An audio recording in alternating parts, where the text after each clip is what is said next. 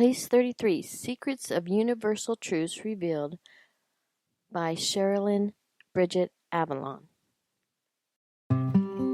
Chapter 2, The Elevator of Enlightenment. 20 years in the future. Sleeping soundly, Sherilyn is dreaming of an elevator lined with stainless steel walls. She looks at the ivory buttons and gets ready to press level 33. Suddenly, she's at level 33 without even touching the buttons, as if her thoughts alone transported her there. The doors open, and she sees the place in all its glory.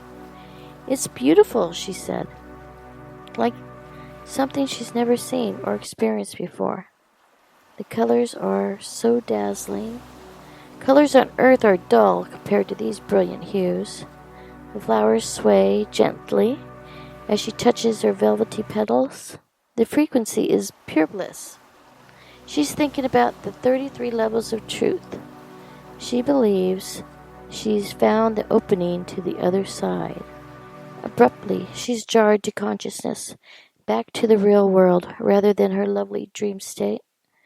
The phone is jangling, insisting she answer. Her friend Rick is on the line. He is talking about a business that needs artwork done, an indoor skydiving place. Rick McChesney says, "Go right over and ask for Kenton. He's the manager. He's waiting for you to help him with this ad. He needs it done today," he says emphatically. As a diligent graphic artist who knows the importance of deadlines and desperate to make a little more money, Sherilyn jumps out of bed and gets ready and drives there right away. Her mom is visiting, and she's asking her to keep an eye on the kids for the morning. It's a beautiful day. Before entering the building, she sees the indoor skydiving place. On the front, a big banner reads, "Indoor Skydiving." "I think I've driven by this place so many times wondering what it is," she says to herself. "Now I finally get to check it out. I'm excited." She walks in, goes to the front desk, and asks for Kenton. The receptionist looks at her and she asks warmly, "What may I ask is your business?" She really seems nice and bubbly. Graphic design," Sherilyn replies. "I was told Kenton needs an advertisement done," she says with a warm smile. The cashier nods and goes down a hallway to get Kenton. Sherilyn waits patiently, looking at a wall filled with pictures and awards. Kenton comes out and greets Sherilyn with a big, friendly smile. "Hi, I'm Kenton," he says. He's tall and handsome, with beautiful blue-green eyes, a prominent nose, and positively luscious lips. "Hi, I'm Sherilyn," she replies, extending her hand. She notices the warmth of his hand as he shakes hers. Long fingers, and they're soft. He doesn't do much physical labor, she thinks to herself, kind of like a doctor's hands. Sherilyn is dressed in a red business suit. Kenton is sporting a white t-shirt with a big logo of Vegas Indoor Skydiving plastered on his chest, and neat blue jeans. Vegas Indoor Skydiving is a casual place, kind of laid back. Immediately she felt comfortable. Sherilyn quietly replies, "Yes, I was referred by my friend Rick McChesney to do an ad for you." For a moment, Kenton looks at her inquisitively and then replies, "Oh, yes, my good old buddy Rick." "Excellent. Let's go into my office." He leads the way down a hall and turns into his office, a somewhat dark, private place back in a corner. "Have a seat. You can sit right here," Kenton says with enthusiasm. He pulls a chair up for her and he sits in the other chair. Both chairs are on rollers. Slowly, Sherilyn rolls over to his chair to show him her graphic artist portfolio. As she shows him her work, he scoots his chair next to hers. Their knees touch, and electricity bounces between them. Instantly, Sherilyn feels even more excited to show off her artwork. They seem to share a vital connection, filling up with new energy. It was as if their past lives merged and they were meant to be together. Sherilyn never felt that connection before. Let's keep going, he said, with another megawatt smile. So they keep talking, and their knees keep touching, and Sherilyn felt an instant tie to this man, and she sensed he felt it too. He stood up, severing their knee-to-knee connection, and said, "You know what? I really like you. Your portfolio. I want you to do all our ads." He took a breath and continued. "I need to show you a special place in the tunnel first." That's what he called it, the wind tunnel. It seemed like he was in a rush to escort her around. She followed him, and he led her down a set of stairs to a special room in the basement. "Wait a minute," she exclaims. "This is way too fast. I've been down this road before. My mama told me to watch out for guys like you." Then she noticed an elevator.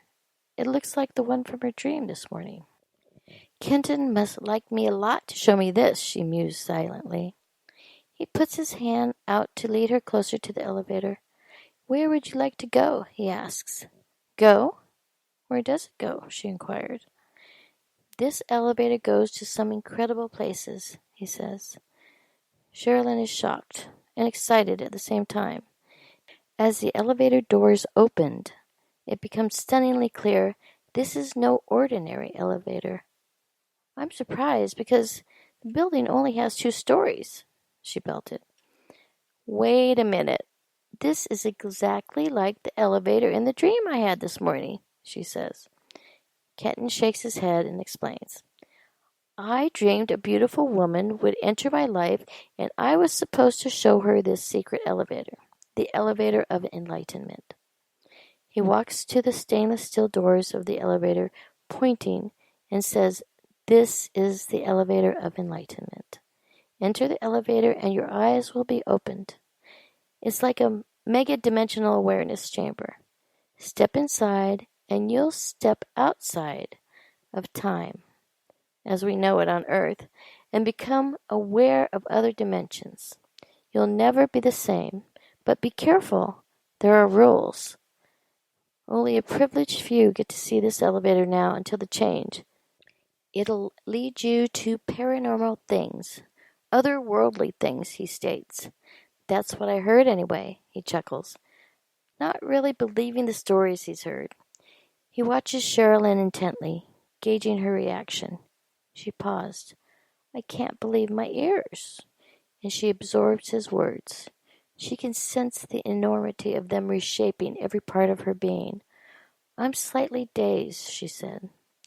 Together, they enter the elevator. The doors close. Kenton says, "Look around. It's like a vacuum, a capsule with an absence of air. Although it's completely comfortable and secure, it's kind of like being in what I imagine a black hole might feel like," says Kenton. Still stunned, the only word Sherilyn can utter is, "Really?" It feels safe and impenetrable.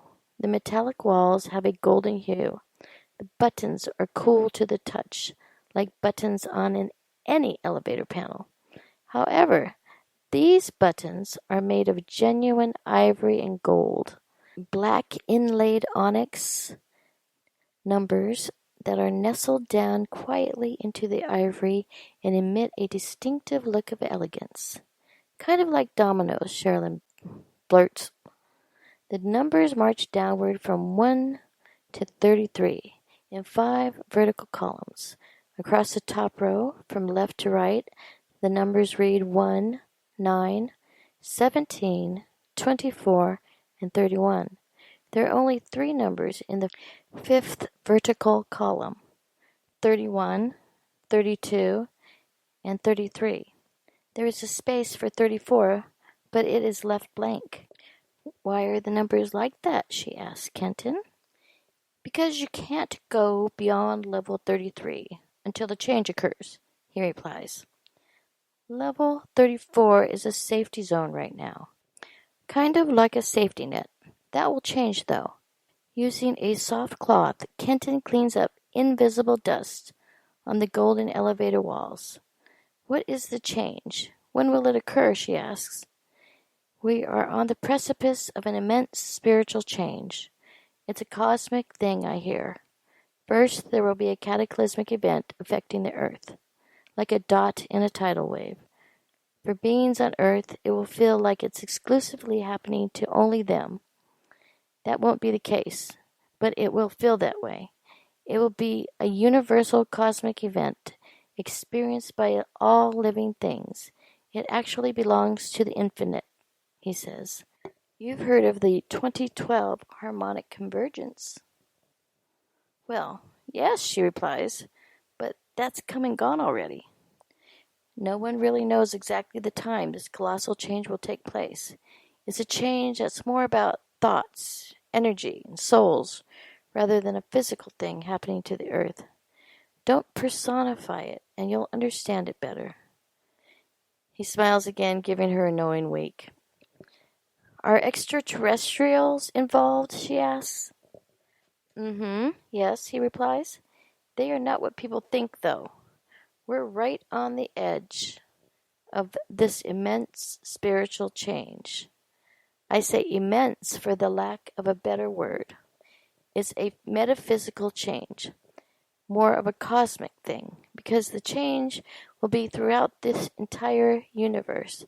It's not just on Earth, it belongs to the infinite. On our earthly plane, it will be just one small fragment of the entire shift. This will be a universal cosmic event, interrelated among all that exists. What will be affected by what happens, she asks. Remember, we're talking about thoughts, energy, and souls, more than a physical change, like an earthquake or a tsunami washing across the land. Kenton reiterates. I see. Are you talking about the second coming of Christ, or maybe the ascension? Sherilyn asked. Are you saying people need to learn about that? Yes. It's something we'll all participate in. Well, at least people who are more progressed. Actually, people who are more progressed already know, just as you do, Sherilyn. You can feel it, can't you?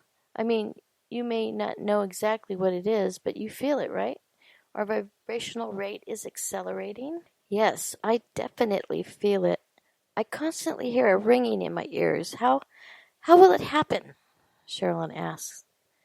You've heard of how atoms and molecules explode when they're heated up, right?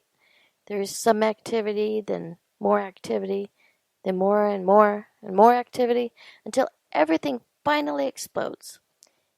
He made a hand gesture of an explosion and scared Sherilyn with a loud bang at the end. Sounds like what scientists call the Big Bang Theory. How the universe was created, Sherilyn calmly states. Yeah, a constant expansion and contraction is happening. Everything is expanding and contracting from the vast universe to the tiniest atom, right down to the fundamental core. Everything's expanding and contracting, like breathing in and breathing out. Basically, the expansion's no different from the contraction. Get far away enough from the process so you can visualize it, and it's natural to ask questions. What's actually upside down and what's truly right side up? Kitten chuckled softly. It just depends on how you look at it. He gazed at Sherilyn with those amazing blue-green eyes. The moment is shattered as Kenton gets a text message on his cell phone. I'm sorry, well, I have to take this. We'll have to do this another time. They need me up front. Can you come back tomorrow, he asked. Sure. I'll be finishing up your ad and give you a call tomorrow when it's done. Sherilyn smiles as she reminisces about what she just learned. Great, Kenton says, smiling back. She walks out into the Las Vegas sunshine into her car. Driving home, she reflects, wow. She can't help but think of that spark between their knees and the world he's begun sharing with her. What a different kind of meeting that was. And what a fascinating man that Kenton is.